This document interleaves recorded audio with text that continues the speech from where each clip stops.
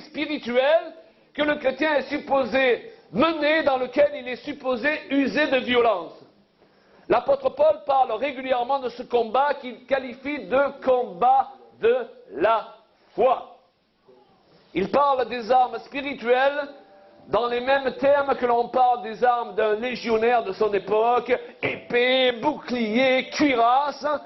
Donc il est légitime de libérer cette violence qui est en nous vis-à-vis des puissances des ténèbres auxquelles nous avons affaire. Certains sont si calmes à l'église, même prêts à se scandaliser rapidement de tout débordement, mais à la maison, ils crient comme des malades après leur conjoint. Alors, viens crier à l'église contre les puissances des ténèbres et sois gentil et calme à la maison. Vous voyez, la violence, elle n'est pas canalisée dans la bonne direction. Mais elle a besoin de sortir. Si tu ne la fais pas sortir là où il faut, elle va sortir là où il ne faut pas.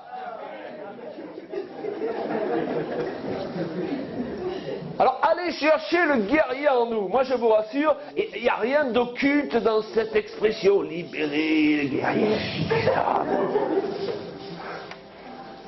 Cette expression fait allusion à la partie de Dieu qui est en nous et qui veut s'exprimer sous cette forme. Car nous ne sommes pas des vaincus, mais des vainqueurs en Jésus-Christ. Alléluia.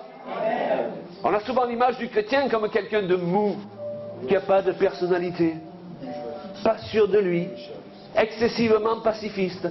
Vous voyez, moi, ma conception de ce que doit être un serviteur de Dieu, et nous sommes tous appelés à servir le Seigneur, amen, c'est plus Mel Gibson dans le film Braveheart que le pasteur dans la petite maison dans la prairie qui n'est pas sûr de sa foi, qui remet toujours en question.